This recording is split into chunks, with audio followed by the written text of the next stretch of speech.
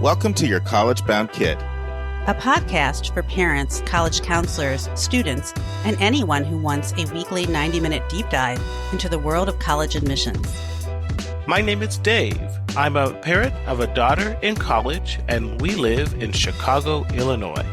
My name is Lisa. I'm a clinical psychologist and a college counselor.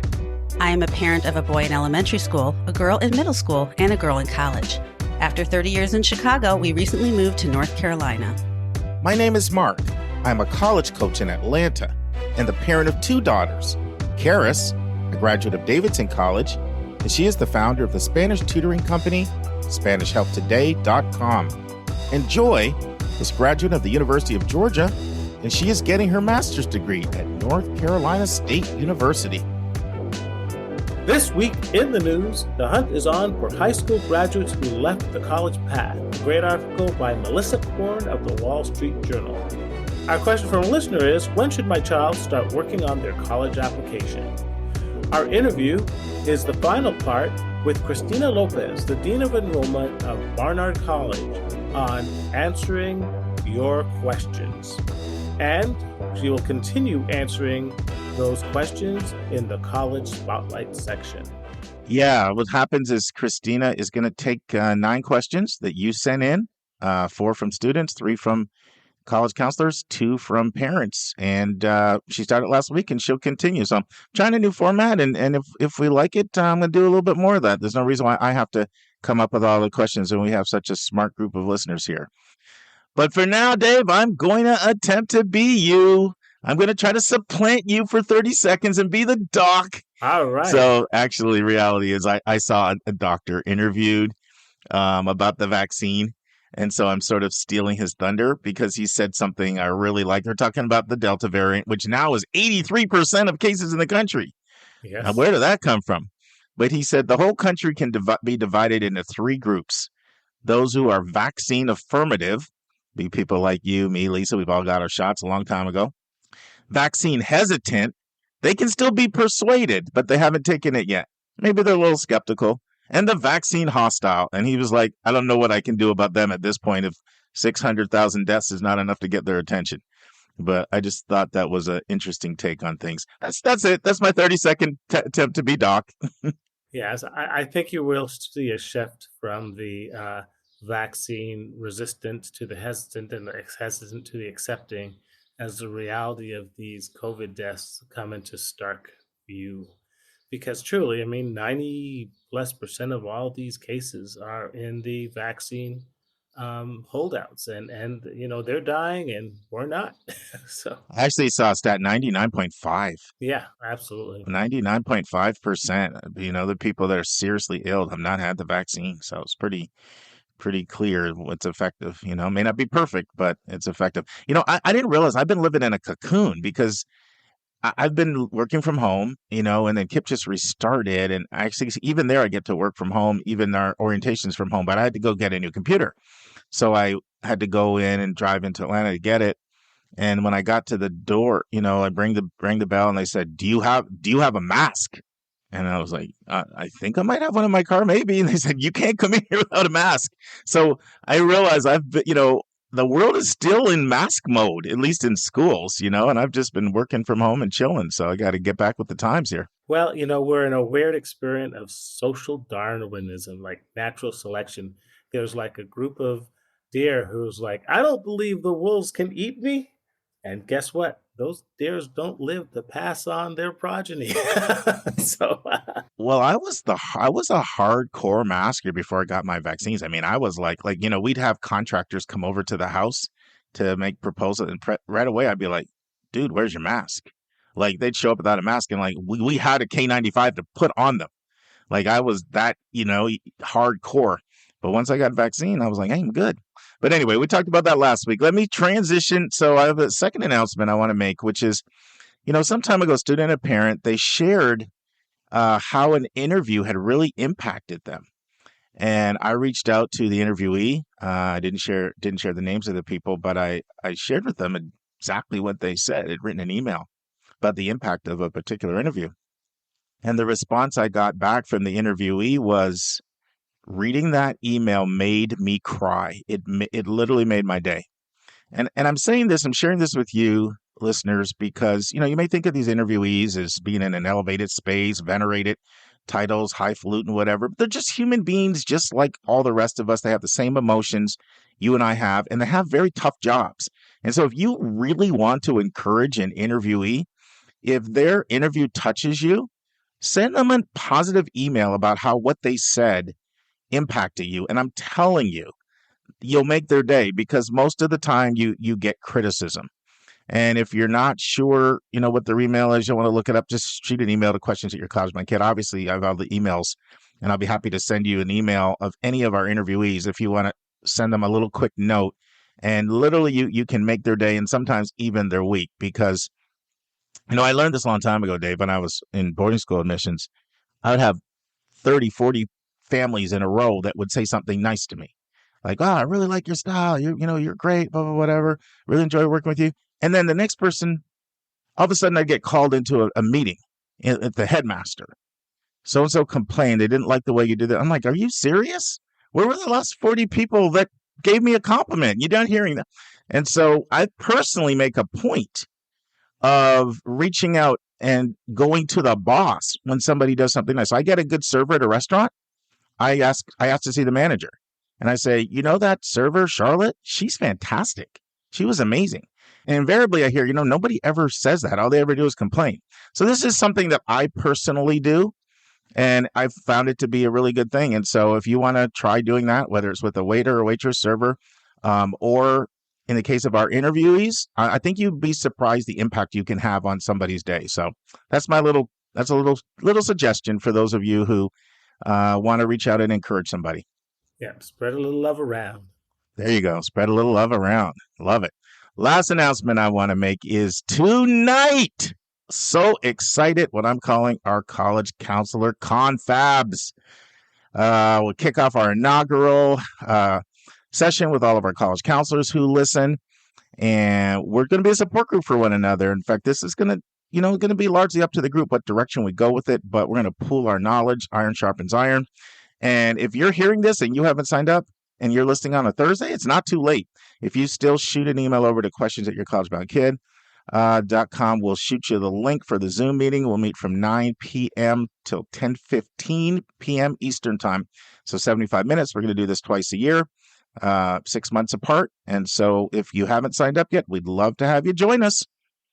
All right. Admissions tip.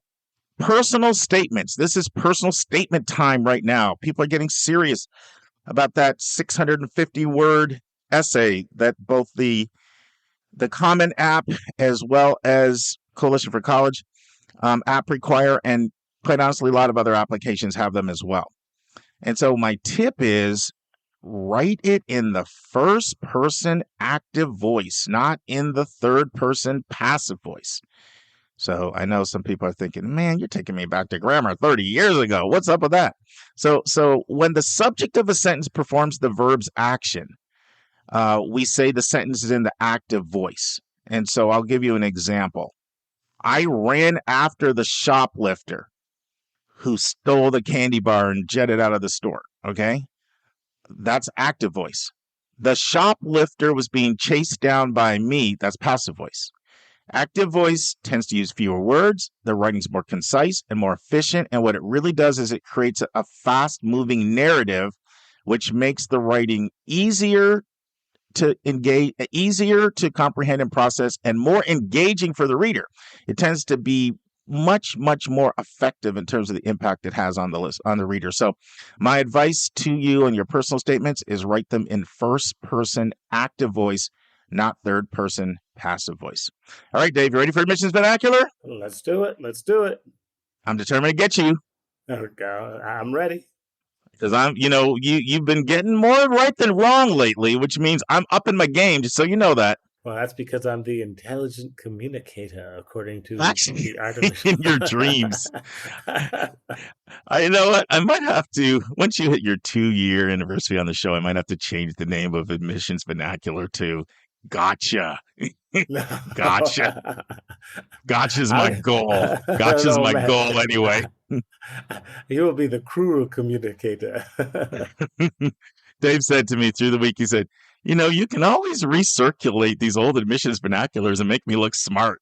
That's right. All right, here we go. Student income protection allowance. Student income protection allowance. Ooh. That's got to be, if for whatever reason the student's sources of funding dry up, it's go dry. There's an insurance for his tuition or something like that. Wrong. So you see me smiling over here. So this came up this week. So it was fantastic. I was able to use this in a real conversation I had with the Midwest student I'm working with. And so, she reached out to me and, she was like, Mark, do you think I should take work study? And so she's been making a lot of money. I'm really hustling hard, doing a couple of really nice side gigs. And so what the income protection allowance is there's a certain amount of money a student can make every year that doesn't impact the EFC calculations. It's shielded from that. Okay. And there's also something, by the way, called a parent income protection allowance, which is usually for a family of four around $27,000. Basically, what that means, like the first $27,000 you make, it doesn't count at all into the financial formula because you assume that you need that just for basic food. All right. And so the income protection allowance, it changes every year. It's currently at $6,970. And so what that means is if a student makes $6,970 or less, it doesn't elevate the EFC, which is used to calculate your potential for need-based financial aid. So it's shielded from the formula. However, once you go above $6,970, Dave, it takes 50% of what you make and reduces your need-based award from the school. Ooh. So it's important to know this number because let's say a student made $10,970. Well, you'd subtract $6,970, that'd leave $4,000, but $2,000 of that $4,000 would be added to what the family would have to pay if they qualified for need-based financial aid. So it's really, really important to know that number. But one thing to keep in mind, another tip, work study is shielded from the income protection allowance. That's a federal government program. So if you made another $3,000 in work study, you could really make about $10,000 and still have all of it shielded from the calculation. Was that too in the weeds or not? Well, the take home is if you've got to work, try and make it work study because you have a greater percentage of that income that's protected from them taking it away.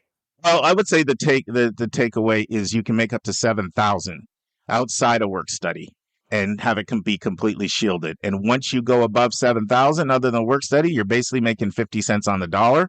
Yeah. Now, that only applies if you're going to get need-based financial aid. Okay, if this is a family that doesn't qualify for financial aid, they can make as much as they want. That's something that most of us folks are probably going to have to replay at a later date, but it sounds pretty important. In other words, you were too deep in the weeds. You were not clear. You were ambiguous, nebulous. No. I think you were clear. Okay. But it's a very important technical point that Correct. I think it's important to review the technical points. Sometimes, with the tough bones. It's like the Bible study, when you're studying the meat and the bones, you have to go back and meditate. You're in Leviticus and Deuteronomy. That's right, man. Now, I will add one little thing that's going to get even more technical, but income is reported on what we call prior year. So I was talking to the student. So she's making good money in 2021. She's about to be a freshman in college. This won't actually be reported until she's a junior. So you have a little bit of time before it would impact you. But it still is real. Like if you find out, like I have one student, Dave, who made $15,000 as a student, and he made that when he came to me. So do you know how upset he was when I had to explain to him, that basically he only made 50 cents on the dollar for that last half of that? I mean, can you imagine? You think you've made 15 grand and you find out that the last 8,000 is in effect going to be 4,000 because they just reduced your need-based grant by $4,000 because you made 8,000 over the protection allowance. Like that was not a good conversation. I did not enjoy having. So I'm sharing this to try to get to people before they make that mistake. Either that or find some smart accountant to set you up in the Cayman Islands. I see how you roll. You roll, you realtor, with all your tax breaks. Got a year, kids, to shield that income. All of you real estate people I know, you always have these tax breaks. That's right. Buy yourself an apartment building. By the way, that I'll get into that another time. Well, let me just throw it out there now. one of the really good tips to hide money in a legitimate way is to have your own business. Oh, yeah. There are a lot of things that you can write off if you have your own business that can shield some money in a completely legitimate way. But anyway, you got 2 tips for the day. All right, that's enough about that. Are you ready for the big number? What's the big number? The big number is $1.8 billion. I should quiz you on that, Dave. What's $1.8 billion in the context of college admissions? Does that number ring a bell? It's got to be something of how much somebody owes with something, maybe student loans or people in debt, or what is that? You're 0 for 2 today, man. Stop. Oh, geez. All right. Oh, geez. $1.8 billion is how much money Michael Bloomberg gave to Johns Hopkins University. Oh, wow. And it was the biggest, not only was it the biggest grant in college admissions the biggest, act of philanthropy in college history, not just college admissions, college history. It's 3 times larger than the second biggest gift. So there's been several people that had given $600 million, like I'm talking about in the history of all of colleges, and he tripled it. Wow. Tripled it with his $1.8 billion. Now, this is about 3 years old now, that he gave to Johns Hopkins to be used primarily for need-based financial aid to completely make the school need blind. They'd been need aware, and they're going to need blind. So incredible gift. But you're getting 2 big numbers today.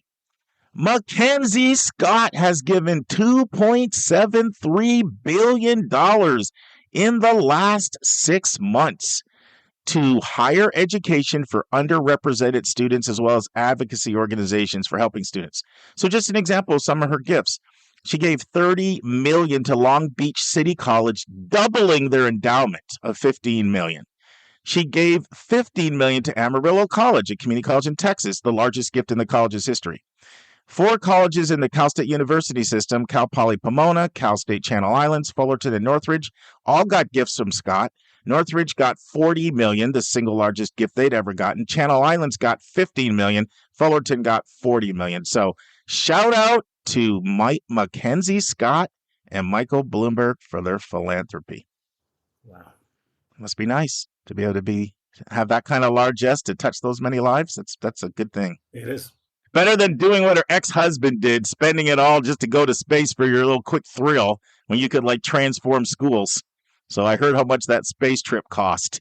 He could have done what his ex-wife did and transformed the life of a lot of people. Well, he did give $100 million to Van Jones. He did. So I'll cut him some slack. What the brother's going to do with that money, I have no idea. But, Jeffy, if you want to throw some of that my way, I'll basically contribute to Mark's hot tub. You're crazy. All right, Dave, take it away, my friend. We got a good article again. Let's turn to college hot topics in the news.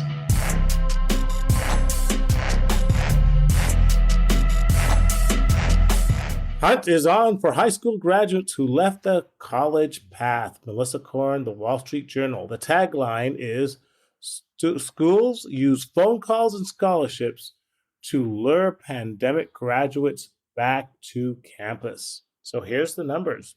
727,000 fewer students enrolled in undergraduate programs this spring compared to the same time last year.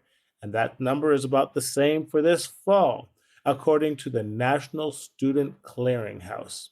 And according to the Bureau of Labor Statistics, the share of new high school graduates who enrolled in colleges last year is the lowest in 20 years, just shy of 63%. And to make matters worse, many others who started school in the fall, quote, quickly dropped out like droves. We've always known about the concept of summer melt, the process where students who are supposedly committed for a college don't show up after the summer, but all of the statistics show that summer melt worsened. For example, according to the Metro Nashville Public Schools, 1,750 of their students just melted away during the summer. That's a melt rate of 42%, or 1,000 more students than the previous year. And then those already in college, according to Nashville, they dropped out in droves. Only 59% of first-year students stayed for the following year. That's down from 75% the year before. So the question is what to do about this process. And what the article suggested was three main things. Number one, identifying the target market of the kids who are not showing up. Number two, expanding advising programs to try and get current students to commit to college. And number three, increasing scholarships to allow those hit by the financial hardships of the pandemic and other realities to actually be able to afford college. So, Mark, I want to throw it out to you for discussion. Yeah, thanks, Dave. Great summary as usual. In a lot of ways, this is a continuation of what we discussed last week. We looked at an article from John Marcus from the Hechinger Report that looked at how colleges face a reckoning as plummeting birth rates are accelerating enrollment declines. And then we finished with our last part talking about what are 5 things colleges can do to combat that. And I hope by now it's clear to anyone that all of the hype, all of the buzz about how hard it is to get into colleges is really, really, the exclusive territory of a very small percentage of schools that are not the majority of schools in the country. Sure, that is no question. It's been a feast or famine when college admissions recently, where the rich have gotten richer, not only financially, but also in terms of enrollment applicants. And so you have 10% of the schools, of the 2,400 schools, 2,400 four-year accredited schools, about 10%, maybe even less than 10%. You've got your selective privates basically and your flagships that have been experiencing a surge, and then all the rest. I mean, community colleges have been hit so hard. It's been unbelievable. Dave and I have talked about that. Regional publics have been hit really, really hard. And then less selective privates have been hit really, really hard. So we've talked about that for a while, and hopefully that's your main impression, is that, wow, this pandemic's been very, very, very difficult for colleges, which in effect creates more of an opportunity for you as a student as you have more clout. This article looks at it from a different angle. And the one thing that I want to point out in this article, last week we did talk about 5 things that colleges are doing to combat this enrollment decline. And one thing that this article points out is a different way that wasn't mentioned last week. And I want to comment on it because colleges are getting creative at going after students. You have to in an area of scarcity. And so here's a couple quotes. So it starts out talking about Lynn Bennett Community College in Albany, Oregon. And it says they are offering $500 scholarships to 2,600 students who stopped attending during the pandemic. And they're trying to lure them back with these scholarships. And they're not the only ones that are doing this. The article also talks about Wilkes Community College in North Carolina and how roughly 900 students graduated in 2020 from high schools in that local area, 2 hours north of Charlotte, and only 420 of them haven't enrolled in college. So what Wilkes is doing is they're offering $1,000 scholarships for tuition, for books, other school-related expenses, and they're having students call them from their own high schools to make the pitch. And they say normally they could expect about a 2 to 5% success rate, but they're hoping that the financial incentive and the peer phone calls will yield a much better result. And the school actually has reached out and secured $40,000 from a scholarship from some local foundations that they're using to fund this program. And so I just want people to see how creative schools are getting at trying to combat the decline in applications. I want to go back to a conversation I had with Courtney Minden from VP of Enrollment at Babson in my interview with her, not the one on Babson, but the one about the new creative ways colleges are recruiting. And if you haven't heard that interview, I'd recommend you listen to it. It's very recently aired on our podcast. And by the way, all the interviews in their entirety are on yourcollegemykid.com. You don't have to see part of it on episode 1, part of it episode 2. You can hear the whole thing on its entirety, and soon to be on YouTube by the next couple of days. So, but in my conversation with Courtney, and I said, Courtney, so many people, other admission officers have said that we've had a virtual bonanza. It's been incredibly effective. It's been great for student panels. It's been great for virtual quick Zoom sessions with financial aid counselors. It's been great for information sessions and and webinars and a lot of special and creative programming that they've done, online classes. It hasn't been that great, though, for fairs. We haven't found a way to make fairs work well. And that's the one thing that has been a little bit of a bust virtually. And I asked her, has that been your experience? And Courtney said, yeah, that's true. But guess what? In-person fairs haven't been working for us for a long time either. They really haven't. Like, we spent all this money on airfare, hotel, rent a car, and meals to fly in. And you go to a fair and you think you're going to reach rising seniors. They pretty much already know what schools they're interested in. So they go to the tables of who they're interested in. So the people maybe you talk to, maybe were people that were already interested in you. It's a pretty expensive model. And we're questioning the ROI. And I'm bringing this up because what I'm observing and seeing, Dave, since the pandemic feels like it enabled colleges to have this complete epiphany about how they recruit. And almost every single school, in fact, I can't even think of an exception of an admission officer that I talked to that wasn't shocked with how effective the virtual events were that they did, with how large the attendance was. And what it's caused them to do is to just take a whole look and say, let's take a whole look at our whole recruiting. And what we did, and for so many years, it was just autopilot. You get on the fall, admission officers go on the road, 8 to 12 weeks, living out of a suitcase, fairs, presentations at Marriott's and stuff like that, school visits, receptions, come back, go into reading season. And all of a sudden, that was just completely turned upside down because I couldn't do it. And one of the things that I'm seeing schools do, and I predict this is going to happen on steroids over the next 5 years, is I don't know. Have you ever heard of this book, Blue Ocean Strategy? I don't know if you know that book, Dave. Yes, no? No, I'm not familiar with that one. Yeah.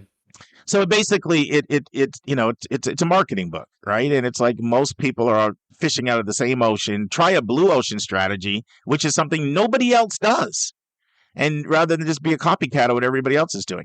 So, like a blue ocean approach is, why don't we target more non-traditional students? Why are we chasing so many? There's so many people that put their focus on the 18 to 19-year-old high school graduate that comes residentially and lives in the dorm. Everybody's like crowding and herding into that market. And what I see people really starting to realize is, wait a minute, there's literally more non-traditional students than there are traditional. And so we've talked on this podcast before, some of the non-traditional students are the 27, the 35-year-old that's working a job or two jobs that you beef up your online program. We've talked about that at length. But here's a real creative approach.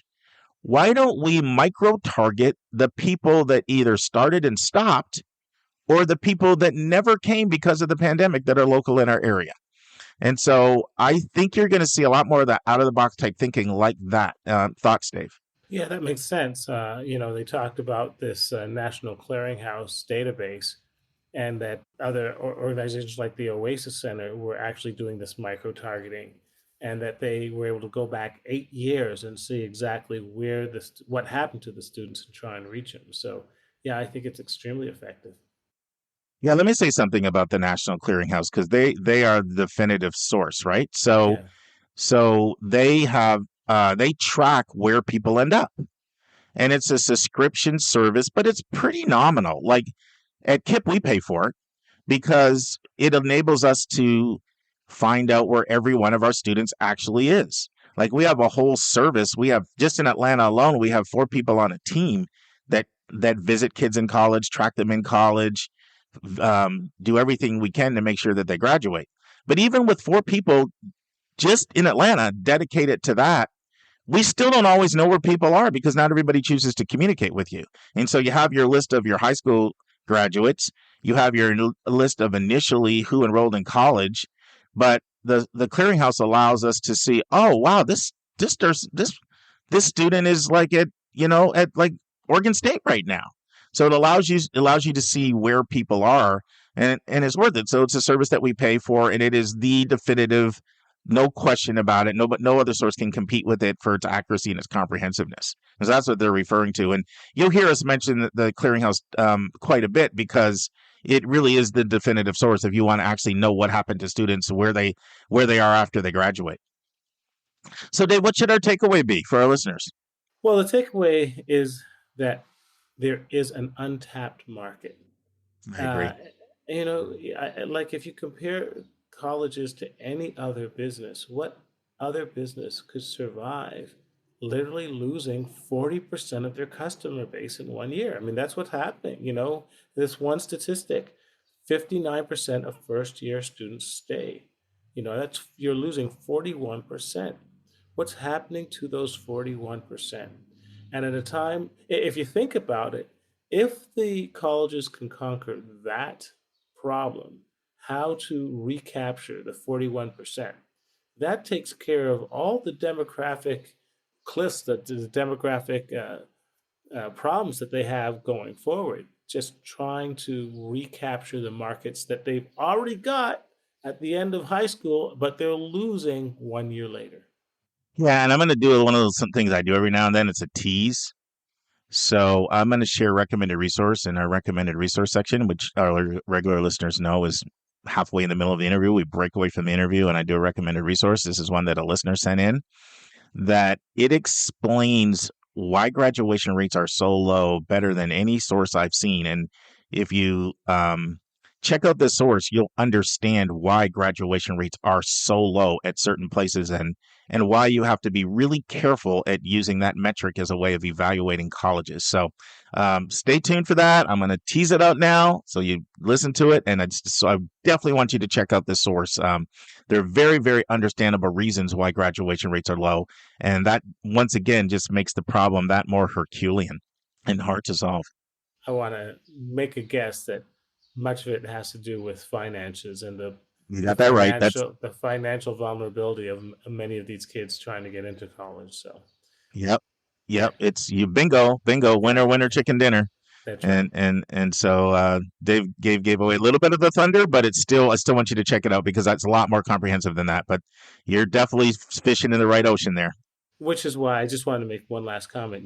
They talked about increasing scholarships, but I was underwhelmed at the amount of money that they were giving away. They mentioned Lynn Barton Community College at $500 and Wilkes Community College at $1,000. Well, Mark, you and I know that we're talking about tens of thousands necessary to actually successfully complete a year. So we're still. Well, wait a minute, Dave. So a couple of things. So community colleges they're not flush with money.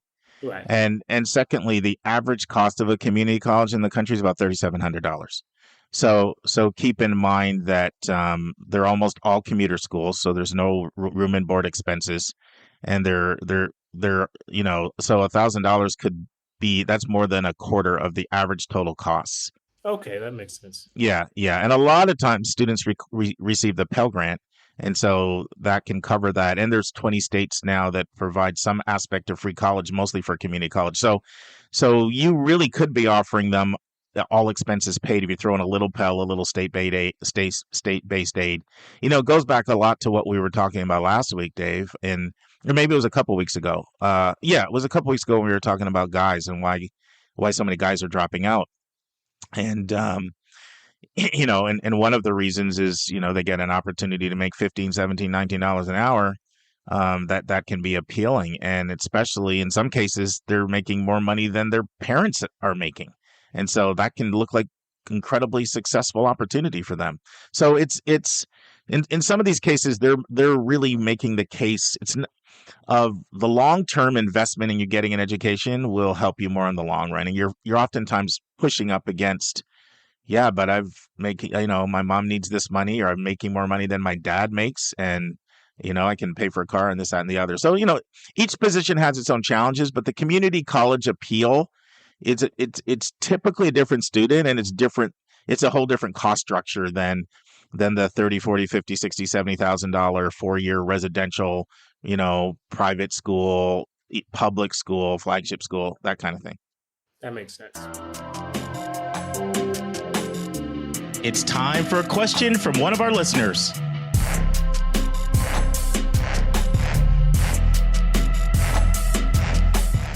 Okay, Lisa, we're having fun here with this Princeton review list here, and we've got a new one today. It is lots of Greek life. Well, that's a very festive and fun topic. Yeah, it really is. And so at number 20, we have Case Western Reserve, Cleveland, Ohio. 19, University of Richmond, Richmond, Virginia. 18, Texas Christian University, Fort Worth. 17, Auburn University, Auburn, Alabama. 16, we have WPI, Worcester Polytech Institute, Worcester, Mass. 15, University of Arkansas, Fayetteville, flagship.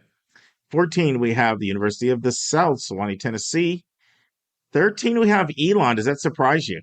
No, it does not. It surprised me. I mean, my daughter pledged a sorority this year, and she had a lot of fun with it. It was I was not in a sorority, so it was very foreign territory for me. But Yeah, I used to, just be transparent, I used to be a little, I don't know, let's just say unfavorably disposed toward fraternities and sororities because it just wasn't my thing. But I've really changed my view because there's just so many different types. I mean, I wasn't an extreme. Like I had lots of people that I knew that did them and they had great experiences. It wasn't unfavorably disposed wasn't a good way of putting it. I mean, it was more like it just, well, that's not my thing, right? It wasn't like I thought they're bad. I just thought that's just not my thing. But when I see like what some of them are doing these days, like I kind of could see myself doing it for the right one now. right. Some of them are like, there's really a lot with the missions and they do a lot of really neat things. Yeah, they do a lot of good things. I was listening, because all the meetings are on Zoom. I would, she'd be home for the weekend and I'd be listening to the sorority. I mean, those girls were on it. They were doing lots of Hmm. community service. They're on you about getting good grades. I mean, there's a lot of very pro-social stuff happening there. You might not want to tell Lily like you were dipping in on the conversation.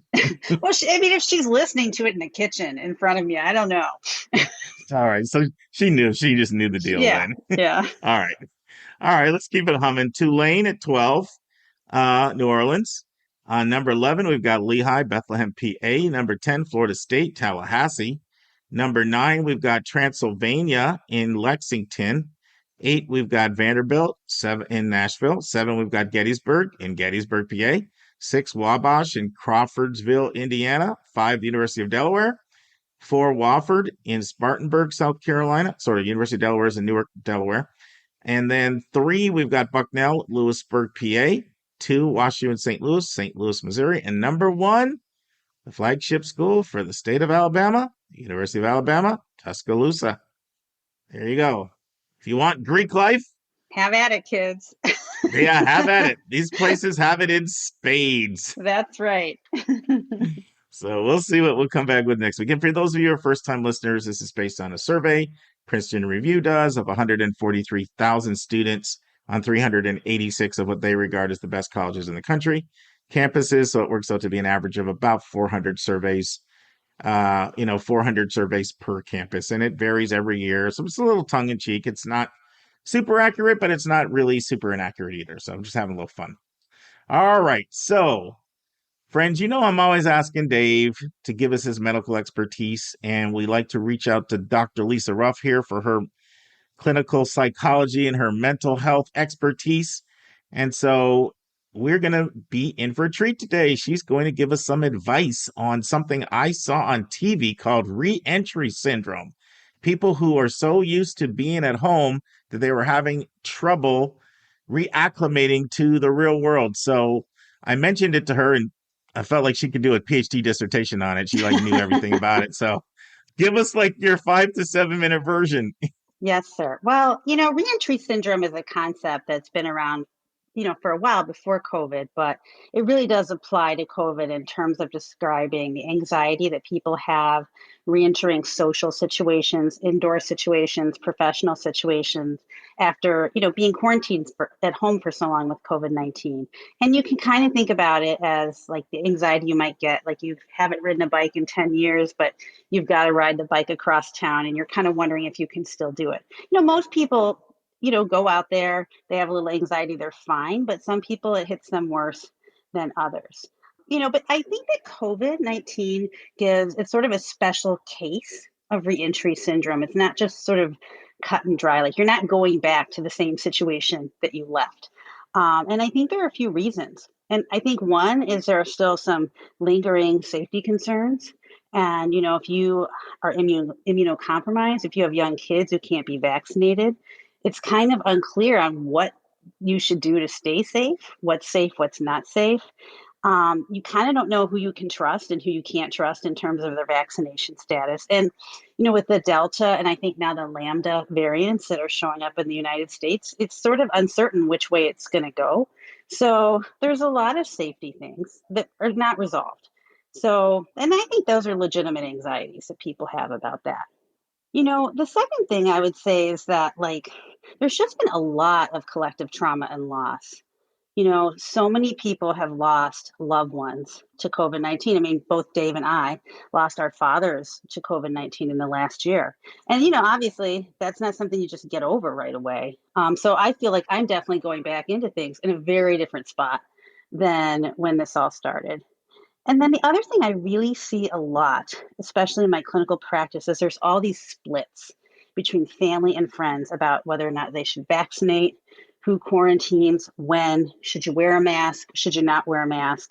And so trying to plan a family event when you have these disparate perspectives, it's almost impossible. And like tensions are hot because people feel like either you're infringing on my freedom or you're too paranoid or you're trying to kill me. I mean, they're both ends of the spectrum there. So it really makes it a very complicated situation psychologically to navigate with all of this.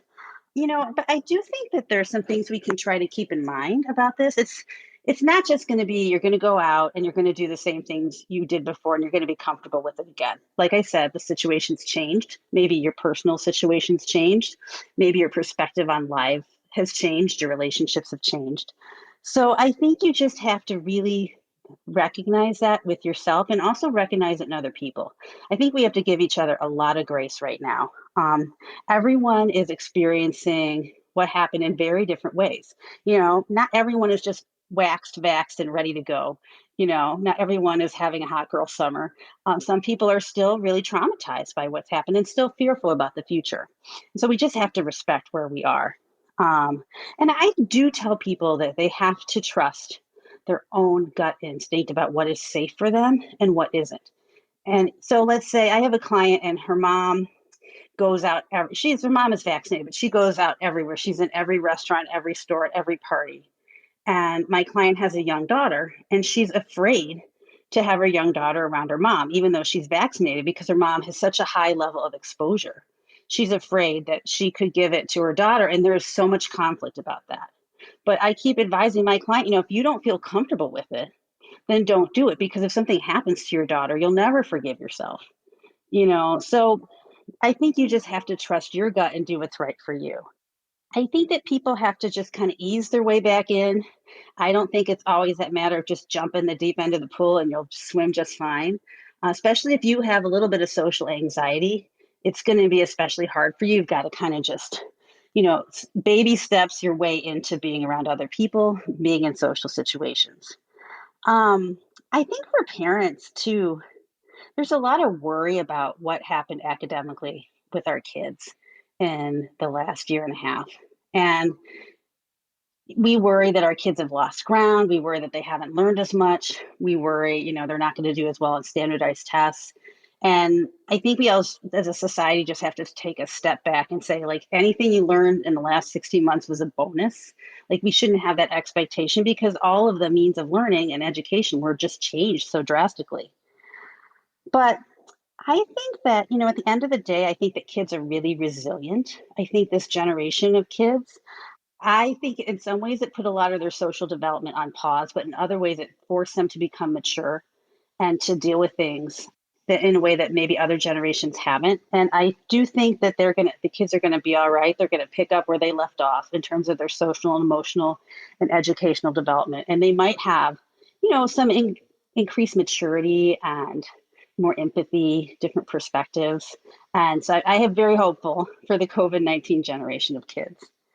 The other thing I would just say, and I really need to tell this to myself, as you know, is that one of the positive lessons I think a lot of parents got from COVID-19 is that you don't necessarily have to have your kid in 27 different activities in any given week. You don't have to run around. I'm not saying like, don't do as I do. I'm saying you really don't. And maybe it's, focusing more on that quiet time at home, just hanging out with your kids, hanging out with family, trying to hold on to that, even though there's more options of things to do now. I think it's going to be an important lesson for us all. Well, that's really helpful. So one of the things I took away from what you've said is that it's in some ways it's kind of natural to have anxieties about re-entering, and don't beat yourself up over it. And then by clear implication, nobody should judge anybody else who's having some challenges re-entry, because there's some legitimate reasons for the angst and the trepidation. Right. I know our listeners might have, listening very attentively, noticed how Lisa shared she did lose her father, and our condolences there. And I know at the time, I know you did not want to talk about it. So it says a lot I had that to you're wait till I comfortable. could, not burst into tears. I could reliably not burst into tears when talking about it. Yeah, yeah. So I noticed that's the first time that you mentioned that. And I know Dave went through the same thing, and Nisha lost her brother. So this thing is real. It's very real. Do you find you get questions in your practice about it? Do people Oh like, my does this come gosh. up where people say, I don't, you know what I mean? I don't want to go back, or I can't go back to that place, or does it not something that impacts your counseling practice? Oh my gosh. It's almost nothing but. I've been talking almost about nothing but these issues for the last, I don't know, 18 months. And even so last week, I guess in Illinois, there is some movement to have young kids in school be mask optional. So these are unvaccinated kids, K through 5 or 6. And every single client of mine who had a kid in that age group was freaking out because they want to send their kids Right. back to public school. There's not a lot of other options for them. They can't afford, the private schools. They want to go back to the public school, but they're scared because you take a bunch of unvaccinated people and you have the Delta variant, and you can kind of guess what's going to happen. And then there's all this divisiveness in the community, and friendships are being torn apart, and Facebook is a nightmare. And so it is not a joke. It is real. Wow. It really is. In some ways, different perspectives are really tearing our communities apart. Well, thank you for that, Lisa. And once again, I think you listeners, you can see why I'm very excited to be able to add Lisa to the School Match for You counseling practice, because very, very, very rare to find someone that has her level of expertise on the mental health side as well as the college knowledge. And when you combine the two, you have a superstar. Oh yeah, that's me. Hey, own it. Own it. That's right. I'm going to own it. Okay, I will. I'll work on that. All right. You want to transition to our question for the day? I do. Our question for today is from Kim from Illinois. Hi, Kim. And Kim wants to know, when should my child start working on his college applications? Yeah, and that's such a great question. I love this question. I'm going to maybe answer it a little differently than how people might think I might. So, what I want to first do is just kind of give a little lay of the land when it comes to applications, because they're all so different, right? You have a lot of individual schools, you submit their application on their website online, and that can be as many different setups as possible. I mean, I've had students that were accepted in June for Mm-hmm. the 2022 class, June. So different people can do things differently when it comes to their own online applications. And then you have individual schools who have their own application, like a Brigham Young or Georgetown or MIT. And so there's some sort of one-offs like that. There's all kinds of state systems.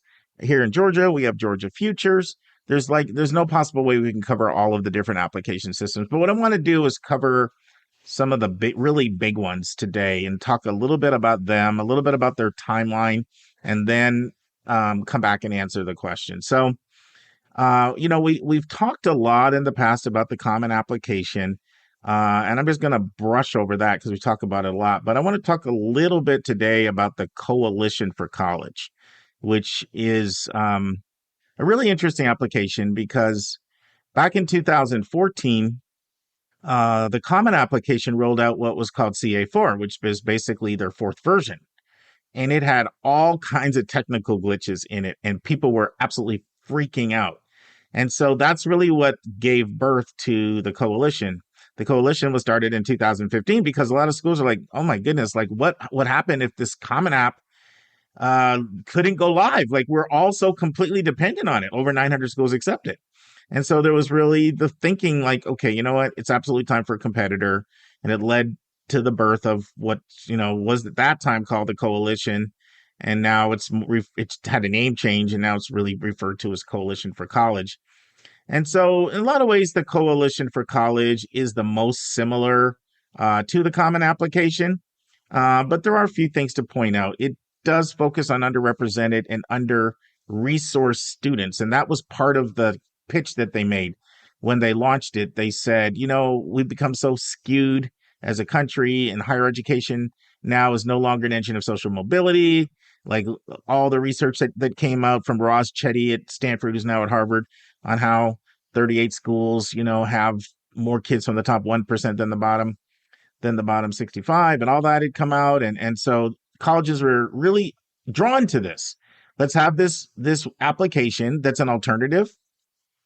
And they try to express sensitivity in different ways. Like, for example, they make it really easy to get a fee waiver. But it had a rocky start coming out of the gate. And I'll tell a really quick story. I was at a counselor luncheon and for 5 colleges: Johns Hopkins, Washington, St. Louis, Emory, Notre Dame, and UVA. And we were at a place called Maggiano's. Do you know? Maggiano's is a chain. Oh, so a lot of yeah. people might know that. I just got like a little giddy thinking about the bread and olive oil there. So I'm a sucker for Texas Roadhouse bread. But so we're at Maggiano's, right? And then UVA comes up. They say, we have an announcement to make. We're dropping the coalition. And the counselors stand up and give a standing ovation. I'm serious. Wow, that's crazy. I know. Is that crazy? So it's kind of a nightmare for counselors because it's hard for us to work with multiple applications. Plus, they had their own technical glitches. And then one of the big things that they promised was, they're going to be helping more with under-resourced, underrepresented students. So they had this thing called the locker, where you can put in poems and videos and essays and papers and photos. And it's like a cloud-based locker, and you can start doing this right in the 9th grade. And their point was, if we can start under-resourced students thinking about the college process earlier, we'll have higher college attendance rates. Well, what they didn't realize is that all that was an opportunity for more privileged kids to start the college process earlier. So that kind of boomeranged and back, kind of backfired. But it's floundering along, but it's still there. It's still going on. It's actually up to 150 colleges who accept the Coalition for College app. And so for the Coalition for College, they do open up August 1, which is similar to the Common application. And a bunch of sections that they have: personal statement section, contact section, demographic section, citizen family section, high school section, college section, 9 through 11 coursework section, SAT, ACT, additional testing section, and then fee waiver, honors, distinctions, activities, and experiences, and then the coalition essay. And so you can do that stuff much earlier than that. And I'll come back to that later, but they technically open up August 1. Common App, I talk about that all the time. So they have 7 sections as well. It opens up officially August 1. 7 sections: the family section, the testing section, the honors section, honors and awards. And then you got the activity section, you got the writing sections, you got courses and grades and all of that. And so I'm going to come back. I'm just making some general statements now. So that opens up August 1. Coalition opens up August 1. But I'm going to come back later to when you can actually get started on these. Now I want to comment on a couple of the other really, really big applications that are out there in the country that a lot of times we don't talk about that much. So another really big one is called Apply Texas, and that's just simply applytexas.org. And it's pretty much all of the Texas public colleges, in the country. And they have a deadline of the 15th of December, but they open up on July 1st, most schools. Now, individual schools can open up at different times, but July 1st is when they technically open up. So right smack dab in the middle of your summer, between your rising junior year and your rising senior year. A couple other big ones I want to mention, and then I want to kind of really come back and get into that and get in more into the nitty gritty of the question. But I just want to touch on these different big applications that are out there. So another really big one is, of course, the UC app for the University of California. This we've mentioned several times. You've got 6 schools in the system that get over 100,000 applications, and that's just apply.universityofcalifornia.edu is that website, and then /my-application if you want to go right to the application. There are a total of 10 schools in the University of California system, but San Francisco only has graduate schools. So there's 9 undergraduate schools: Berkeley, Davis, Irvine, Merced, UCLA, which is Los Angeles, Riverside, San Diego, Santa Barbara, Santa Cruz. Like the Coalition for College and the Common App, the UC app opens up on August 1st, but unlike the Coalition for College and the Common App, it has to be submitted in the month of November. And another big application I want to touch on, and then I want to kind of really come back to answering the actual question. This is all preamble stuff there, Lisa. You know, I'm a chatterbox. So the other really big one is the Cal States, and that's just www.2.calstate.edu. And, you know, while the UCs have close to 250,000 students, the Cal States have, depending on the year, between 430,000 and almost 500,000. So it's the biggest state system in the country.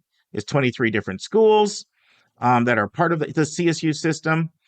And they have a slightly longer window. So they open up from October 1st, technically, and they close November 30th. Now, when I say dates, I'm talking freshman admission. Look, you're a college-bound kid. I'm focusing on freshmen. We're not talking transfers. We're not talking graduate. This is freshman admissions. That's the priority date. But no, October 1 to November 30th. And then after that, it completely depends for these 23 different campuses, you know, whether or not they're full or not after that. And so you can go on to the website and it basically says, is your campus still accepting applications? And you put in your year, freshman admissions, your enrollment term, when you want to start, and then you run a thing and it'll tell you which schools are still accepting applications. It will also tell you whether or not certain majors are impacted or full. That's like the whole CSU system. So those are just some of the really, really big systems in the country. A lot of states have their own system. I couldn't cover all of them. There's also some other applications, such as the universal application.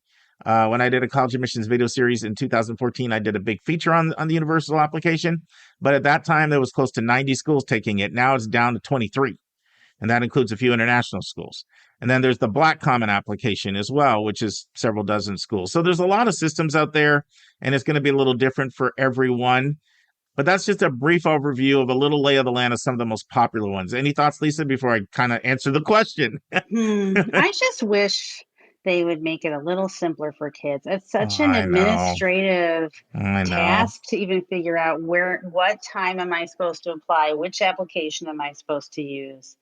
You know, it seems like it could be simpler, but it probably won't be. Yeah, and I hate to give away some thunder from the future, but our regular listeners know that I do a lot of my interviews over the summer because admissions professionals are very much easier to get. And so I've completed my MIT interview, even though it won't run for a while. And I asked MIT point blank, why do you guys have your own application? Because you're making it a lot less user-friendly for students. So you'll have to stay tuned to see how that question got answered. But I thought about that when and they have their reasons. I'm not trying to be critical. They certainly have a plausible case for why they do what they do, but being student-centric and student-friendly is not one of them. Mm-hmm. So let's talk about let's actually answer the question. All right, let's answer the question. Yeah, so I mentioned when they opened for all of them, right? For whether it was Applied Texas, CSU, UC, Common App Coalition. But there's several things to keep in mind. So the one thing I want to talk about is like your writing. So if you're looking at your personal statements, the personal statement for the Common application becomes available either in late January or early February. And the coalition, it used to be later, but it's worked itself back to pretty much mirror the Common application. So that means your main essay, juniors, you can start working on that with a complete confidence, knowing what it will be January, late January, early February. Now it goes even further than that. It rarely has changed. So you could actually start working on it even earlier. And so if you look at the essay prompts for the coalition, they have 5 essay prompts. You know what? I'm just going to read them really quickly. Tell a story from your life describing an experience that either demonstrates your character or helps shape it. 2, describe a time when you made a meaningful contribution to others in which the greater good was your focus. Discuss the challenges and rewards of making your contribution. 3, has there been a time when you've had a long cherished or accepted belief challenged? How did you respond? How did the challenge affect your beliefs? 4, what is the hardest part of being a student right now? What's the best part? What advice do you have for a younger sibling or friend, assuming they would listen to you? And this is very important, number 5. Number 5, submit an essay on a topic of your choice. So that means technically you can start working on your main personal statement, your main essay much earlier. And that prompt has been there since the coalition was launched in 2015. In fact, it got so popular that they forced the Common App to add it. Mm-hmm. So basically, the bottom line is your main personal statement, your main essay that goes to everybody, you can start working on that when you're ready to do it. Now, for these applications, even that I mentioned the times when I said they opened up, they rarely change very much. Sometimes some of the sort of like essay questions or whatever may change a little, but you know you're going to have to do something on your activities. You know you're going to have to do some family information, some testing information, usually an award section for most of these applications. So you can actually start working on it much earlier. It will be so much easier for you if you keep a running log throughout high school with all of your activities, the hours you spent on the activities, the weeks you spent per year on each activity, as well as a description of the activity itself. You should also record any awards or honors you have had throughout high school in real time. So for awards and activities, I recommend you track them throughout high school because it's darn near impossible to accurately go back and figure out how much time you spent on each activity or even to remember all the awards and honors you achieved. And that is what you will be asked to do on many of your applications you have to submit. Parents, you always want a great opportunity to be involved in your child's college process. This is a great place where you can help them. Take this on as your project. Now, a word of advice, I do recommend you do this with your child's consent. But from my experience, I've seen the students that I work with, for the most part, appreciate their parents' involvement and support in this area. Once again, I recommend you ask them if they're okay with you taking on this role so you get their buy-in. So then the question becomes, well, are you trying to tell somebody to do this in middle school? Like, where are you going stuck with this? And no, I'm not saying that. Everybody's a little different. I've learned from working with students, some people, they are super go get it, start early planners, and others like work a lot better under pressure when they're a little closer to deadlines. And so there's not sort of one sort of tempo that works for everybody when it comes to this kind of thing. But I will say this, you can do your personal statement in your junior year and get it done. And you can do your applications over the summer between your junior year and your senior year. And then you can take so much pressure off of yourself to enjoy the senior year because you're still going to have some things to do. I'm going to stop for a second and see what you're thinking, Lisa. Oh, I absolutely agree with you. I really do encourage kids to do as much as they can between their junior and senior year in the summer because there's so many special parts of your senior year. And so many times in the fall, especially, kids are so stressed out about getting all their applications in, and then they're stressed out about hearing the results, and then they're stressed out about hearing the results of their friends. And it just it puts a damper on things, what is otherwise a very exciting, happy time. So the kids I know who got their stuff done early really were able to enjoy it much more than the kids who waited to the last minute. I'll never forget a conversation I had with one of my favorite students of all time. His name is Dominique, and I was his advisor for 4 years. I recruited him as a student from New York, and to this day, we stay in really regular contact. But he didn't get all his stuff done over the summer between junior and senior year. And I'll never forget him saying, you said, everybody told me the junior year was the hardest year. They lied. The senior year is the hardest year. I bet. Yeah. And part of it is you're taking more advanced classes. There's the angst of the college process, which can be, in some places that can be some pretty significant amount of anxiety. There's oftentimes tension at home because parents, writing their kid and kids saying, I'm not 13, leave me alone. So there's a lot of friction there. But it's just, you throw on top of it all the things to do. I tell people, if you start this process in the fall of 12th and you still don't know, am I taking the ACT or the SAT? Or I don't have my scores yet. Or I don't know which colleges I'm applying to, or I'm not sure what I'm going to major in, and you haven't started your applications. It is the equivalent of adding 2 more courses onto your caseload, because you're still doing things like maybe doing visits. In some cases, you may be doing interviews, maybe financial paperwork. There's a lot of things that you're going to end up doing. So the bottom line is there's not one time that I can say for everybody that works. But I would say that if you can get as much of it done between your rising senior year over that summer, and even in the spring, if you can take care of your main essay, because they come out in late January or early February. You have 4, 5, 6 months to do it at a leisurely pace. You will so appreciate it. I'll never forget talking to a student last year in Florida, and he said, "Do you know how good it feels to be so far ahead of all my classmates? They're freaking out over all of those things I just mentioned, and I did that stuff a long time ago." So, so hopefully that's helpful, Kim.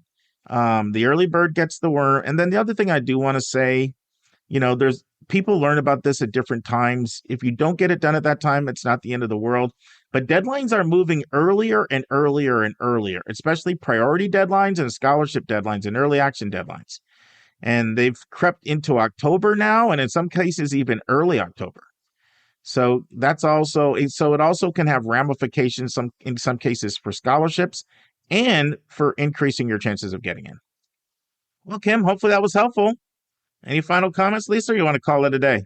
Oh, I just want to say that this whole conversation makes me nervous because I hate procrastinating, and I have a child who's a procrastinator, and so I'm having a little PTSD moment here. But what I notice with my students when I'm working with them is it's not so much the task that is so hard. It is their anxiety about the task that is hard. And that's what keeps people from getting this started. And I'm always telling kids, just write something down on a piece of paper, type something on the computer. I don't care what it is, but once you get started, it's not going to be as bad as you think. And that usually almost always proves to be the case. So, just try to manage your anxiety around it. And I think it'll be fine. You'll get it all done. Lisa, I'm really glad you said that, because one of the most important things I can do when I'm working with a student is to take the whole entire process and break it down into bite-sized doses and give people little mini targeted goals with deadlines. And it's kind of like, the whole thing. A good friend of mine, he and his wife had gotten really out of shape, and then they made a commitment to get back in shape. And then they started out, literally they would start out just walking a minute and jogging a minute, and then the next thing they were walking 3 minutes and jogging 3 minutes. And then the next thing they were doing 5Ks and 10Ks. No, they were. And then I saw him as my friend Troy. I was actually best man in his wedding, and he lives in Africa, in Uganda, and he's back, and he and his wife, and now they look like they need to be on the cover of some fitness magazine. I'm serious. Well, that's a great story. Yeah, it is. But it's they just broke the whole thing down into total bite-sized doses, and that's one way to get over the anxiety is the baby steps. Yeah. And my dad always told me, and I do follow this. He said, if you can do it now, do it now. And so there's a lot of times in my life where I don't want it. Well, can you do it? Yeah, I'm just going to do it. And then I always feel better after it's done. So if you can work on that application now, do it now. I have to say something. So Lisa walks the walk on that. So if we have to do a recording, she's ready way in advance before anyone else I've ever worked with on this podcast ever is, and if we have something to do, she's doing a college spotlight, she'll have her prep done a month before. If we're going to record, she's ready to go. And so I really admire that about you, because I have a little procrastination in my genes that just never completely got knocked out. Well, yes, some people need that pressure. Like my oldest daughter she and I are exactly the opposite. She shines at the last minute. I'm falling apart and crying and, just sweating and not thinking very clearly. That's when her best work comes out. She needs to put it off in order to produce that in herself. For me, it's terrifying to watch. Every time I think she's not going to get it done or it's going to be terrible, but she always pulls it out. So different people have different styles of working, but you can't count on that in something so complicated as filling out a college application for 10 or 12 colleges, all with supplemental essays. That one, I just think it's too risky.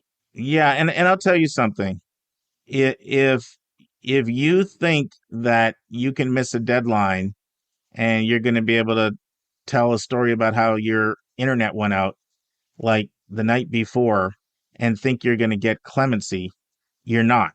No, they don't care. Yeah, they say you shouldn't have started at the last minute.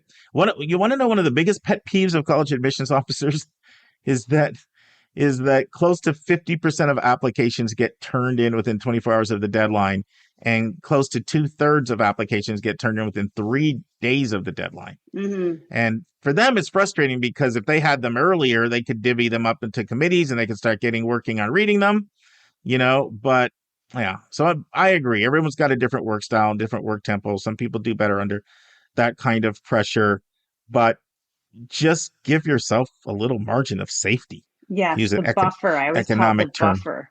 You need a buffer for mistakes or for things to go wrong. Yeah, because what's the old Murphy's Law? If it can go wrong, it will. Mm-hmm. Awesome. Thanks, Lisa. And now, this week's interview with a special guest.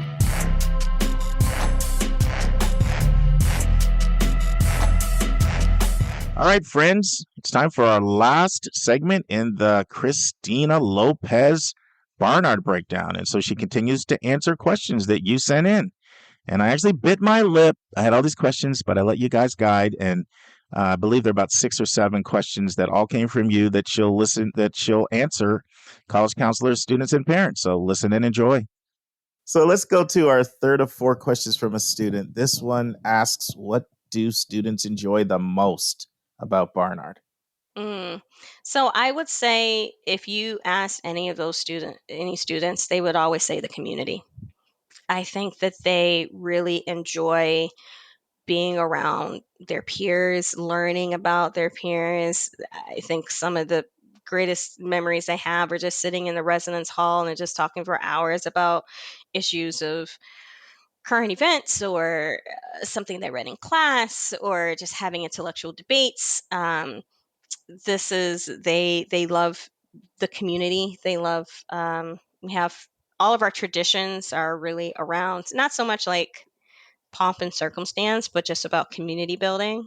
So my favorite is Big Sub, where we build the 700-foot sandwich, a Subway sandwich around the campus. And there's a map to the sandwich about, this section is ham, this section is halal, this section is vegan, this one's gluten-free, what have you. And they send out the map a couple days ahead because you got to get with your friends and create a strategy, right? If you want the chicken sandwich, but it's over by the vegan, your friend wants a vegan, so you grab the chicken and the vegan so they can grab you, whatever else on the other side. And you bring your Tupperware. At the appointed time, everybody comes out at the appointed time with their Tupperware because you're not going to take just one sandwich. You're going to take as many as you can because, we eat for the week. And when they go, everybody grabs the sandwich and they try to beat the time from the year before to clear all the table. So usually the table is gone in like 5-6 minutes. If you come late to this event, you ain't getting no sandwich. And then we just sit out and we eat our sandwiches. It's like the silliest little thing, but most of Barnard traditions revolve around food and most about being together.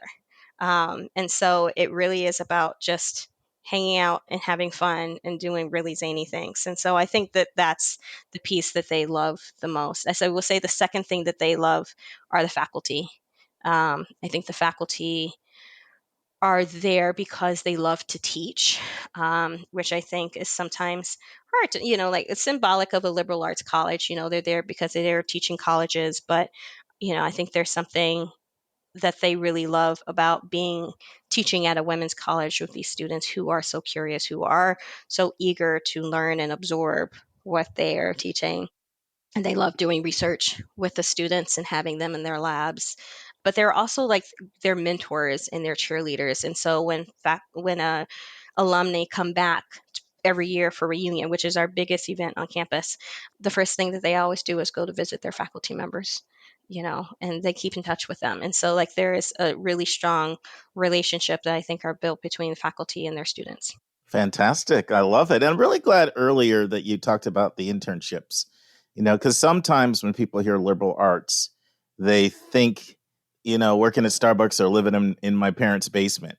And it's something we've been trying to educate people on a lot on the podcast, but there's a lot of, bad PR and as Matt McGann from Amherst said, it's terrible marketing around that, Absolutely. Like Absolutely. both liberal and arts without fuller explanation. So, but I think what our listeners are coming to realize from multiple interviews is that when there's an internship component there, it can really lead to some fantastic job opportunities. And so Yes. I'm glad you mentioned that. So our next question comes from Jennifer, who is a college counselor in the state of Washington. And she says, every school has its own personality, in her opinion. What would be Barnard's personality? So I think, we're going to go back to that curious thing again. Mm-hmm. Not surprised. Not surprising. But I also think that there's a savviness and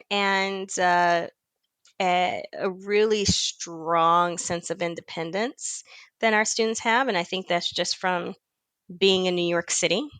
You know, if you can figure out the New York City subway system and how to live in New York City, like, you can pretty much take on the world, as I like to say, So there's a real, I think our students tend to be pretty brave and want to take on things and don't need their hands held in that way. I think that they are unafraid in speaking up, not only for themselves, but for those around them as well. And so, like, I do feel that the personality of Barnard is this curious boldness, in a way. I like that. Yeah. So our last question from a student says, how are students for the 4-1 program chosen, and how selective is that program? And so I'm also going to ask you to explain what the 4-1 program is, because this student has done some research. Yes. And Good most people, probably don't even know what she's talking about. But so we have a series of graduate programs in conjunction with Columbia, where students are able to earn their bachelor's and their master's degree in 5 years, hence the 5+1. We have programs with the School of Engineering, the Food School of Engineering and Applied Science. We have them with the School of International and Public Affairs, the School of Public Health, the Graduate School of the Arts and Sciences. And I think that's it. Yes, with more coming down the pike. But students would be able to work with a faculty member in their graduate study. They graduate from Barnard, they do their studies in 4 years, and then in their 5th year, they fully transition into graduate study and also that 4th year, they're starting to take some of their graduate studies along with their senior courses in their 4th year. And so it depends on the program. Most of them are small, but the advisors within Beyond Barnard know, the competitiveness of each program. For some, for the engineering program, it is just a matter of taking the prerequisites that are required and earning a certain GPA across, gaining 1 letter of recommendation, and then you are admitted into the program. Majority of these programs, probably all of them, don't require any graduate exams, so no GREs as well, which makes them a perk if you never want to take another standardized test in your life. I'm here for you. I'm here for you. And so, this is something that you would articulate with the advisors within Beyond Barnard in your junior year, or the end of your sophomore year, beginning of junior year, starting to take those requirements and apply and do all of that. So depending on the program, some are more popular than others, but usually anywhere between 5 and 20 students every year. And I can't help but sneak a little follow-up in. Around what kind of GPA are they typically looking for? And I realize it can vary from program to program. Every program is going to be a little bit different, but typically it's usually around a 3.5 or higher. Yeah. Awesome. All right. We've got 2 questions left from our listeners. And point of clarification, sure. They are applying in their junior year of college at Barnard. This is not something that you apply to as an incoming student. I'm glad you clarified that. Because when people hear junior and they're in high school, exactly. No. It's not a track you apply to as an incoming student. It's all done once you're here. Yeah. Nicely done. Great. Yes. So this question comes from a parent. Her name is Alba, and she wants to know what question should a student who has a learning difference ask of student services when they're comparing schools? It's a great question. Alba from Virginia, not Texas. Yes. Sorry about that. That's a really great question. As you know, a lot of students, and I think this is, very similar to the mental health question, do I divulge it into my application or not? And again, you have the choice to, you're not required to. But I always say navigating a learning difference or any physical difference, accessibility difference is different in college than it is in high school. High school, you have your 504 plan and things are kind of laid out and there are very, strict stipulations and all of that. Every college is going to be different in how what accommodations they're able to give a student and how that student navigates asking for those accommodations. They are not automatically given. If you were like, okay, I just signed up in the accessibility office, or, then, all of these accommodations will rain down upon me. That's not how it works. Essentially, we teach students how to advocate for themselves with their professors individually, what they can ask for, what can be expected, what's not to be expected, what supports do we have to help students on that journey, whether that is, do they have note taker people, that students that work as note takers, is there how to ask faculty members for extensions on projects, do you need any sort of devices or accommodations made for that learning disability, how to ask for it, what can be expected that the college can provide versus what you would have to provide. It's basically, I would always say, like, find out if there is an accessibility office, disability office, whatever it may be called at the college, and have a conversation about what services they provide and what they aren't able to provide and what that would look like. If you Certainly, I don't think at this stage in our society, if you ask about the disability or accessibility office, they'll give you a puzzled look like, oh, I don't know what that is. If they do run. Sprint. How about sprint? Not jog. This place is not for you. But if they are able to kind of articulate the services that they have and being able to talk to prospective students, I would recommend just being able to sit down and talk about your individual issues and how they work with students. But essentially, it really is about helping your student learn to advocate for themselves and understanding what can be expected from the college and what can't be expected. That was fantastic. I love it. And yeah, I always say if you don't get the answers you're looking for, it's probably not the school for you. There's plenty of other choices out there. Right. And I don't care what the name of that school is, There you go. Throw that in. It could be Yale, that ain't for you. There you go. There you go. Right. You got to choose the school that's going to be the right fit for you, regardless of the name. So well put. Let's take a break to learn about Mark's recommended resource for the week.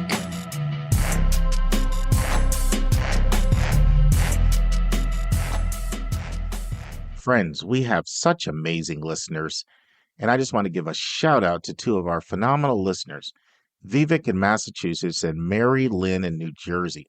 Now, Vivek and Mary Lynn, they both sent me emails to say, Mark, I'd love for you to listen to the Revisionist History podcast episode by Malcolm Gladwell, and particularly the back-to-back episodes where he talks about college rankings, and let me know what you think. Well, my intentions were good, but I never got around to it. So, ironically, both Vivek and Mary Lynn, independent of each other, followed up and asked me again if I'd listened. Well, persistence pays off. So this time I listened, and all I can say is wow, wow, and wow. Am I ever grateful to both Vivek and Mary Lynn for their persistence. And our recommended resource for episode 183 is the Revisionist History podcast by Malcolm Gladwell. But not any episode, specifically the episode entitled Lord of the Rankings, which aired on July 1st, and the episode entitled Project Dilliard, which aired on July 8th, 2021. I am not exaggerating. These two podcasts are the best podcasts I've heard in 2021 and possibly also in 2020. And they are our recommended resource for the week. And I cannot recommend them strongly enough. In fact, I feel even stronger than I did when I recommended the Gangster Capitalism Season 1 series of podcasts about Rick Singer. Now, if you're a regular listener, you know I rail against the fallacious college rankings. You've heard me talk about how they answer the wrong question. It isn't about which school is the best, but which school is the best for you. You've heard me say they measure inputs, data, but they can't possibly measure outputs like personal growth, happiness, nor can they measure the strength of a particular major at a college. You've heard me say they give a false patina of precision that belies the facts. And you've heard me say that they are formula driven. And why would you outsource your view of beauty to somebody else? You wouldn't want to let someone else arrange a marriage partner for you. So why would you let someone else's formula dictate to you what college is a match for you? You've also heard me say that rankings colleges is like ranking churches. It just can't accurately be done because the way one person worships is so personal and different from another person. You've heard me also attempt to say that too much emphasis on graduation rates is fallacious and erroneous. Well, for all my attempts to explain these concerns, graduation rates being overrated and college rankings being inaccurate, these 2 episodes are so much more effective at explaining to you why rankings should not be trusted and why graduation rates can be lower than you and I may like, and the college may still be outstanding. The podcast I am recommending enthusiastically is called Revisionist History. You have to be careful because there are a few others with similar names. The one I'm recommending is one by Malcolm Gladwell, both the July 1st and the July 8th episodes. We will now return to my final part of my Barnard interview with Christina Lopez. And our last question from listeners comes from Vince, who's a college counselor in California, and he says, many East Coast colleges offer information sessions at times that don't accommodate West Coast or international students very well. Mm-hmm. What has the Barnard office done to address the need of West Coast applicants? Yeah. And I know a lot of Californians and Oregons and Washington, everyone is cheering that question on there. You're like, yes, remember us. Yes. We are 3 hours behind. Yes. Yes. This is actually something that we talk about a lot within we have a team, a visit team, as well as our events team, and being able to think about that just access in general to our sessions. Like it's not always going to be about what's convenient for us as a team. And so there is a little bit of balancing those needs. We have a staff that after COVID and working with 3 fewer people than we should have had with a significant increase in apps, they're burnt out. But at the same time, being able to understand that we're here in the service of students and that all now students are going to be able to show up at 3:00 for an information session. And so we usually will have an evening session, but we also usually will do an early Thursday session. And that usually starts at 9:00 or 9:30, and that's to take into account for students, international students who might be 12 hours behind, particularly thinking about in Asia. Mm-hmm. We also will typically do a weekend session, usually 2 a month. One will be in the morning and one will be in the afternoon. And so taking into account the afternoon session would be for more West Coast students as well. Usually, thinking about evening things, sometimes we'll start, especially for visits in the fall, we'll do things later in the evening. All of our virtual events will be in the evening. So we are definitely always thinking about when we're putting on events or information sessions, well, does this time work for these folks or does it work for this folks? And sometimes it's not going to be a perfect science. And I think that's why we try to do sessions at different times a week. You'll find that it's going to be interesting as we move forward, kind of moving into this hybrid world, because certainly we've realized the reach and the scope that we can achieve when we have these virtual programs that we will never be able to achieve on campus because of space restrictions. Mm-hmm. And we don't, and still, like now we're opening up campuses and having students on campus, but opening up to visitors is very different. Yes, we might be able to do tours, but that's 30 people versus like 200 people for an event. And the ease of accessibility for the person as well. They Correct. don't necessarily have to hop a plane, and they can just log in from wherever they're at. Right. There's a certain level of access and privilege that you are able to get on a plane or come from wherever to do these visits. And so, we are going to be kind of one foot in each arena for quite a little while. And so, I know that there are many schools that are like, our information sessions are 4:00 every day. And I'm like, well, that doesn't work for everybody. And so being able to have that variety, different days of the week, we understand who's we're serving with each one of those sessions. You're hitting my pet peeve. So there's something called on-demand content. Admission offices, learn to put your stuff up there so we can access it, And we do have that as well. We do have a pre-recorded session behind a you gotta fill out an inquiry form. So there's not just, we want to know who you are. But being able to have an on-demand session is something that we have as well. So thank you for that point. I forget we have that too. Awesome. Well, Christina, before we let you go, all our first-time guests go on the hot seat. We call it our lightning round. You ready? All right, let's do it. All right. How do you relax? With a glass of wine or an old-fashioned. Red or white?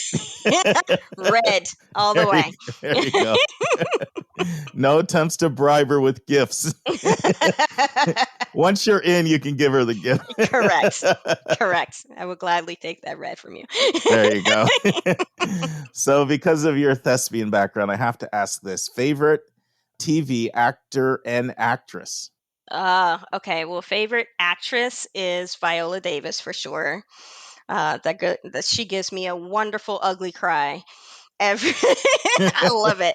I would say my favorite actor. That one's a little harder. I do, I'm a oldie. I do think Denzel is great, but I also really have always loved Tom Hanks, even from growing up. Back when he was doing comedy to drama, he was great. So he defined a lot of my childhood in the 80s and the 90s. We'll let you do too. Favorite Viola Davis movie? Oh gosh. See, they're getting harder. Ma Rainey's Black Bottom was just phenomenal. But you know what? I have to say Doubt. Okay. Because she was only in that movie for 5 minutes and got an Oscar nomination. Wow. So you fierce.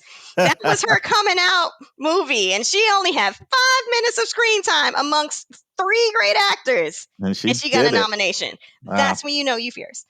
Awesome. I'm going to stick in the theater realm for you. Favorite Broadway show? Oh, favorite Broadway show.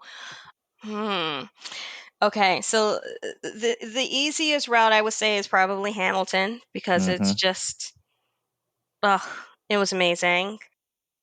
I think that one is, okay, sorry. So my favorite is Aida. Because I saw that show 5 times. Wow. I was in college. I did the student rush. I did it one time in February. And when you do student rush back then, you had to stand outside before the box office opened. So I was outside from 6 a.m. to 10 a.m. That's some dedication. February, That's some in dedication. New York City. That's cold. Did you have 5 your books? Yes. Great. Aida. That is my show. Awesome. Somebody visits Barnard and they want to eat at a local restaurant. What is your recommendation? Within a couple miles. Where do I usually go? I love Community. Michelle Obama actually ate at Community when she came with Malia to do her tour. I highly recommend. Their pancakes are phenomenal. Good place for brunch. I'll have to check that out. Did Malia look at Barnard? She did, and she chose Yale. I think she went to Yale instead. That's fine. Well, one did Harvard and one did Michigan, and I get them confused. The oldest one did Harvard, and the youngest one did Michigan. Malia did Harvard, and then Sasha went to Michigan. Sasha, that's right. Yeah. Yes. Best book you've read in the last 5 years? Best book that I've read. See, this is so much harder than the interview, isn't it? It is. It is, because now you're actually making me have to recollect the books that I've read. That's how your I'm applicants looking at feel. my bookshelf like, what have you read in the last 5 years? Okay, so I read The Vanishing Half. I would have to say Vanishing Half and Homegoing. So Vanishing Half, I read recently. It's about two sisters, very, very fair-skinned, raised in a town in the South that was primarily black town that was also very fair-skinned, very about privilege. And then one chose to live a life passing for white, and the other lived a life where she maintained her identity as a black woman. I'm buying that book on Amazon for my daughter as soon as we get off here. I know the kind of stuff she likes to read, my youngest.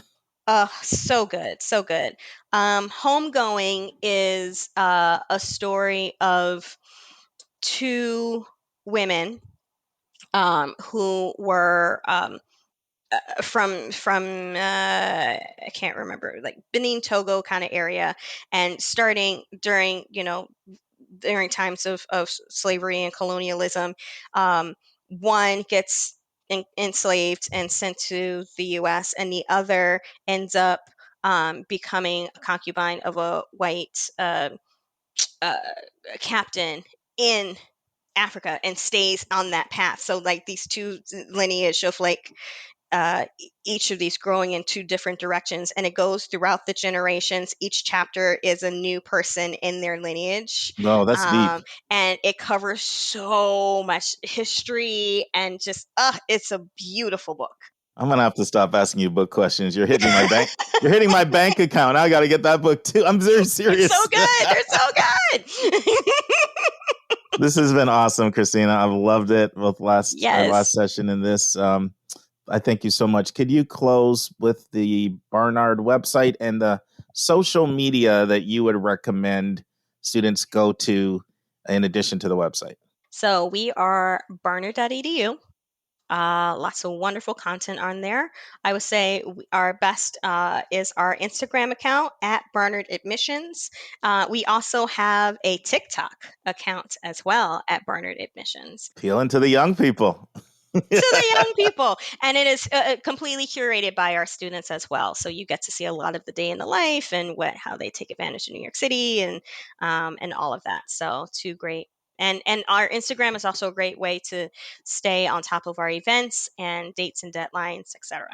And then definitely check out the website because there are a lot of virtual events, info sessions, as well as Intro to Student Life, which are presentations by current students where you can ask current students questions. Some schools let out their college-specific questions if they're changing a little before August 1st. Do you guys do that on your social media? Oh, there you go. Not changing. So any rising senior, you can start working on them now. Please do. Love it. Thank you so much, Christina. I've really, really enjoyed this. I don't say this to flatter, but this is our 71st interview and absolutely one of my favorites. Oh, yay. Thank you. It was a pleasure. Thank you for having me. My pleasure. And we'll be in touch. All right. See you soon. See you at a board meeting. All right. Next week in the news, colleges fight attempts to stop them from withholding transcripts over unpaid bills. Another great article by John Marcus of the Hechinger Report. Our question from a listener is, would you suggest my child write an essay about his COVID-related illness or explain that in the additional information section? Our interview is with Kristen Mosley, a student who won 10 outside scholarships, and it is part 1 of 3 on what she did to earn these 10 scholarships. And our college spotlight comes to you from Bethlehem, Pennsylvania. It is Lehigh University. Finally, Lehigh. Finally, the Lehigh we've been promising forever. That's right. And I chit-chat with you, Dave, but the electrician just arrived to install the hot tub. So and my nature just came down and gave me that look like, get off that podcast. The electrician, I want you talking to this dude, not me. So I think I better go. Awesome, man. See you next week. All right. And that's our show. A big thank you to you, our listeners, for tuning in this week. If you find this podcast helpful, please subscribe so you get every episode as soon as it is released. If you are interested, there are a few ways you can really support our podcast.